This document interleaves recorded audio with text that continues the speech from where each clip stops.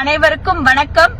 கோவை வடக்குல இன்னைக்கு வேட்புமனு தாக்கல் நிகழ்ச்சி நடந்துச்சா இல்ல ஒரு வெற்றி கொண்டாட்டம் நடந்துச்சாங்கிற பிரமிக்கிற அளவுக்கு கோவையின் மகளா இருக்கிற கோவை தெற்குல பல நலத்திட்டங்களை கொடுத்த நம்மளுடைய அன்பிற்கும் பாசத்திற்கும் உரிய வானதி சீனிவாசன் அக்கா அவர்கள் வேட்புமனு தாக்கல் பண்ணிருக்காங்க கோவை வடக்கு தொகுதிக்காக.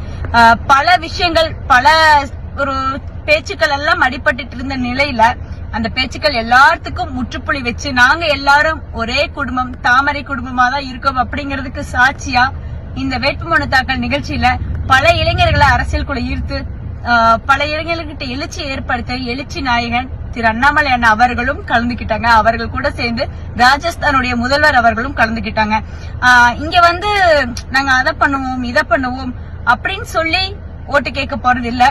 நாங்க தெற்கு தொகுதியில என்ன பண்ணிருக்கோம் அப்படிங்கறத சொல்லி மட்டும்தான் ஓட்டு கேட்க போறோம்.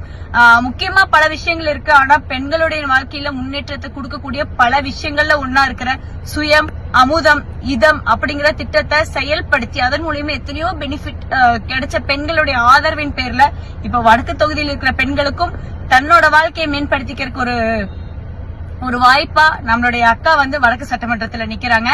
அக்காவினுடைய வெற்றி மட்டும் இல்ல, இங்க இருக்கிற இங்க எல்லாருடைய வெற்றி. நாங்க எல்லாரும் அக்காவை செலிப்ரேட் பண்றோம்.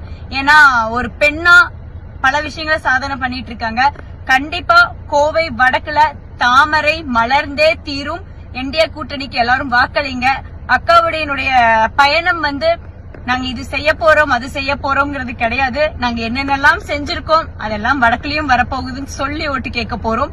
அதனால எல்லாரும் மறக்காம தாமரைக்கு வாக்களிச்சு நம்மளுடைய வெற்றி வேட்பாளரா வானதி சீனிவாசன் அக்காவுக்கு ஒரு வாய்ப்பை கொடுப்போம் அப்படிங்கறத கேட்டுக்கிறேன். நன்றி, வணக்கம்.